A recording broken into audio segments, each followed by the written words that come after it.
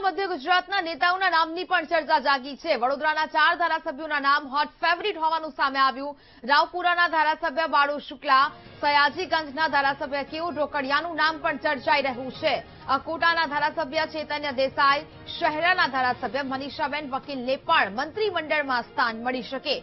મોરવા હડફના ધારાસભ્ય નિમિષા સુથારના નામ પર પણ મહોર લાગી શકે। અને જે પ્રકારેની હવે એક બાદ એક વિગતો અને અપડેટ મંત્રીમંડળ વિસ્તરણને લઈને આવી રહી છે।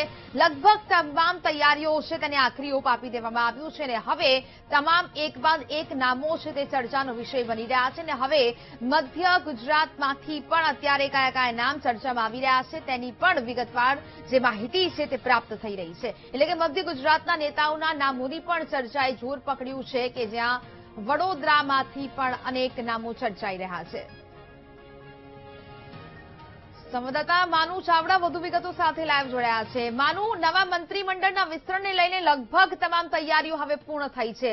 લગભગ એવું માનવામાં આવી રહ્યું છે કે મધ્ય ગુજરાતમાંથી પણ અનેક જે નેતાઓ છે તેને મંત્રીમંડળમાં સ્થાન મળી શકે છે।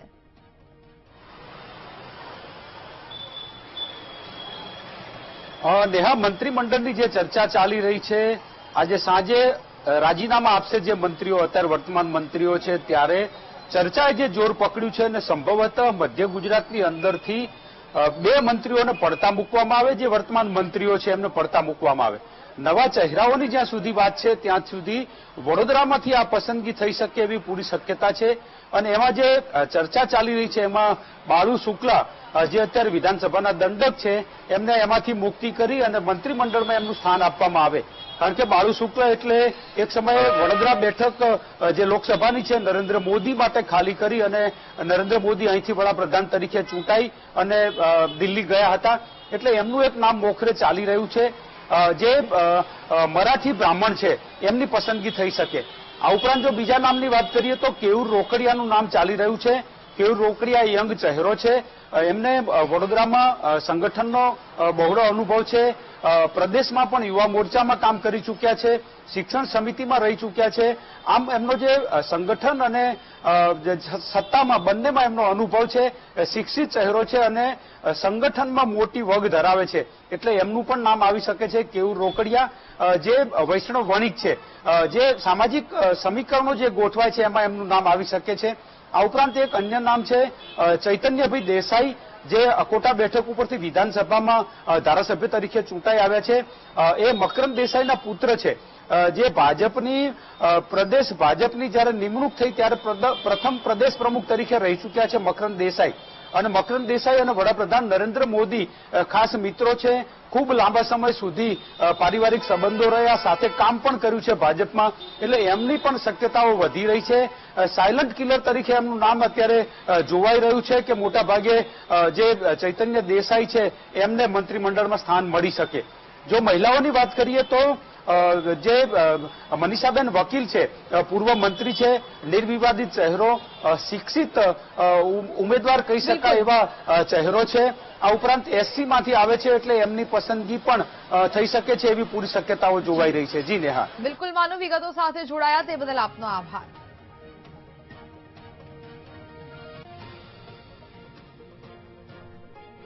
આવતીકાલે રાજ્ય સરકારના નવા મંત્રીમંડળનું વિસ્તરણ થવાનું છે, જેમાં મંત્રીમંડળના વિસ્તરણમાં હવે દક્ષિણ ગુજરાતમાંથી પણ મોટા ફેરફારની શક્યતાઓ જોવાઈ રહી છે। દક્ષિણ ગુજરાતમાં સભ્યોની સંખ્યામાં મોટી કાતર ફરવાની છે। અડધાથી વધુ મંત્રીઓના નવા મંડળમાંથી બાદબાકી કરવામાં આવશે। જૂના મંત્રીમંડળમાં દક્ષિણ ગુજરાતમાંથી 5 મંત્રીઓનો સમાવેશ હતો। મંત્રી પ્રફુલ્લ પાનસેરિયા રાજીનામું આપે તો વિનુ મોરડિયાને તક મળી શકે। પ્રફુલ્લ પાનસેરિયાને પ્રમોશન માટે કેબિનેટમાં સ્થાન મળે તેવી પણ ચર્ચાઓ છે।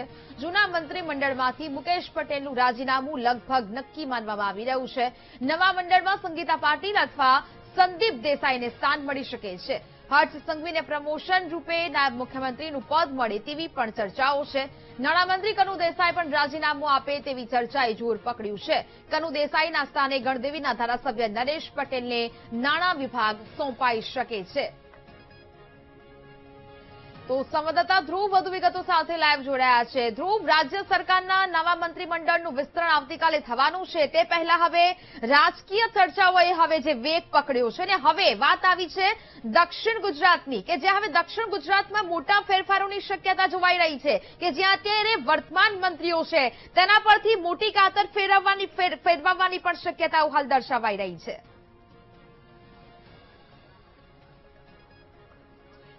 બિલકુલ, દક્ષિણ ગુજરાતના જે કહી શકાય તો કે 5 જેટલા મંત્રીમંડળમાં સ્થાન આપવામાં આવ્યું હતું મંત્રીઓને, જેમાં માત્ર હર્ષ સંઘવી જે છે તેને જ રિપીટ થાય તે પ્રકારની શક્યતા છે. બીજી તરફ પ્રફુલ્લ પાનસેરિયા જે રાજ્ય શિક્ષણ મંત્રી જે છે તેને ક્યાંક એવી શક્યતા સેવાઈ રહી છે કે તેમને પ્રમોશન રૂપે ક્યાંક કેબિનેટમાં લઈ જવામાં આવે. પરંતુ જે રીતે 5 મંત્રીમંડળમાંથી તમામ મંત્રીમંડળમાં જે છે તેમાં પત્તા કપાઈ શકે છે તેવી શક્યતા હાલ જોવા મળી રહી છે. આ 5 મંત્રીઓની જો વાત કરવામાં આવે તો ગૃહ રાજ્યમંત્રી હર્ષ સંઘવી, જેને પ્રમોશન થઈ શકે તેવી વાત છે તો તેને કેબિનેટમાં લઈ જઈ શકે છે, અથવા તો તેમને ડેપ્યુટી સીએમ તરીકે પણ સ્થાન આપી શકે તેવી વાત હાલ જાણવા મળી રહી છે. બીજી વાત છે કે ઓલપાડના ધારાસભ્ય અને રાજ્ય કક્ષાના મંત્રી મુકેશ પટેલનું પત્તું કપાઈ શકે છે, અને જો તેની જગ્યાએ ક્યાંક દક્ષિણ ગુજરાતમાંથી જો સ્થાન આપવામાં આવે તો સંગીતા પાટીલ અથવા તો સંદીપ દેસાઈ પર મહોર લાગી શકે તેવી શક્યતા છે. બીજી તરફ નાણામંત્રી, ખાસ કરીને વાત કરવામાં આવે નાણામંત્રી તરીકેની કનુભાઈ દેસાઈ, તો કનુભાઈ દેસાઈનું પણ પત્તું કપાઈ શકે તેવી છે, અને દક્ષિણ ગુજરાતમાંથી જો તેની જગ્યાએ કોઈને સ્થાન આપવામાં આવે તો ખાસ કરીને ગણદેવીના ધારાસભ્ય નરેશ પટેલને આ વખતે ચાન્સ મળી શકે તેવી શક્યતા છે. બીજી તરફ સૌરાષ્ટ્ર તરીકે જે પ્રફુલ્લ પાનસેરિયા જે છે તેમની પણ જે અત્યાર સુધી મંત્રીમંડળમાં સારું સ્થાન આપવામાં આવ્યું હતું અને તેમની કામગીરી પણ સારી રહી હતી, પરંતુ જો ક્યાંક તેમાં ફેરબદલ કરવામાં આવે અને સૌરાષ્ટ્રમાંથી જો દક્ષિણ ગુજરાતમાંથી જો ફરી એક વખત કોઈને નામ આપવામાં આવે અને સ્થાન આપવામાં આવે તો વિનુ મોરડિયા ફરી એક વખત ચર્ચામાં છે, અને વિનુ મોરડિયાને આ વખતે ફરી એક વખત રાજ્ય કક્ષાના કે કોઈ પણ પ્રકારના મંત્રીમંડળમાં સ્થાન મળવાની શક્યતા છે.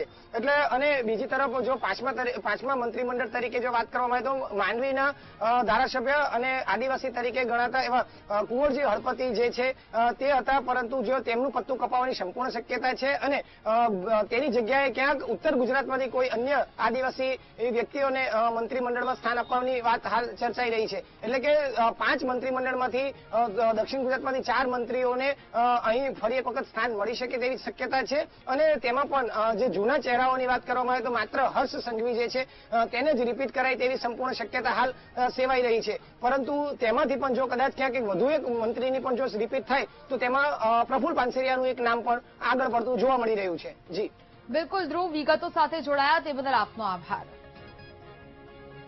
તો જ પ્રકારે આ હતી દક્ષિણ ગુજરાતની વાત, કે જ્યાં 5 મંત્રીઓનો સમાવેશ જૂના મંત્રીમંડળમાં હતો, જો કે હવે તેમાં મોટા ફેરફાર છે તે જોવા મળી શકે. મંત્રી પ્રફુલ્લ પાનસેરિયા રાજીનામું આપે તો વિનુ મોરડિયાને તક મળી શકે તેવી પણ ક્યાંક વાત છે, અને 5માંથી 3 મંત્રીઓની આમાંથી બાદબાકી થવાની લગભગ નક્કી છે. રાજ્યના નવા મંત્રીમંડળનું આ વિસ્તરણ, અને જેમાં દક્ષિણ ગુજરાતમાંથી મોટી કાતર ફેરવાઈ શકે, કારણ કે વર્તમાન મંત્રીઓની જો વાત કરવામાં આવે તો દક્ષિણ ગુજરાતમાંથી અત્યારે 5 એવા નેતાઓ છે કે જેનો મંત્રીમંડળમાં સમાવેશ છે, પરંતુ હવે જે નવું મંત્રીમંડળનું વિસ્તરણ થવાનું છે તેમાં હવે આ મંત્રીઓ છે 5માંથી 3 એવા જે નામ છે કે જેમની બાદબાકી થતી જોવા મળશે, અને તેની જગ્યાએ બીજા અન્ય જે નેતાઓ છે તેને મંત્રીમંડળમાં તક આપવામાં આવશે. આવતીકાલે રાજ્ય સરકારના નવા મંત્રીમંડળનું વિસ્તરણ થવાનું છે, ત્યારે અનેક ચર્ચાઓ છે તે જોવા મળી રહી છે. અનેક ચર્ચાઓ રાજકીય વેગ પકડ્યો છે, અને હવે એક બાદ એક નેતાઓમાં ક્યાંક ટેન્શન પણ જોવા મળી રહ્યું છે કે કોની બાદબાકી થશે ને કોને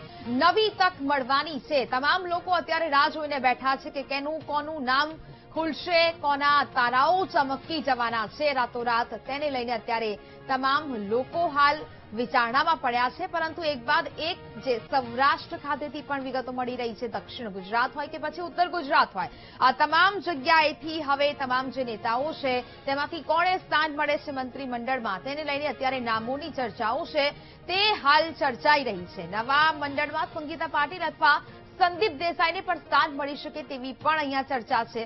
હર્ષ સંઘવીને પ્રમોશન રૂપે નાયબ મુખ્યમંત્રીનું પદ મળે તેવી પણ ચર્ચા, એટલે કે એક વખત ફરીથી નાયબ મુખ્યમંત્રીની ફોર્મ્યુલા છે તે ગુજરાતમાં જોવા મળી શકે તો નવાઈ નહીં.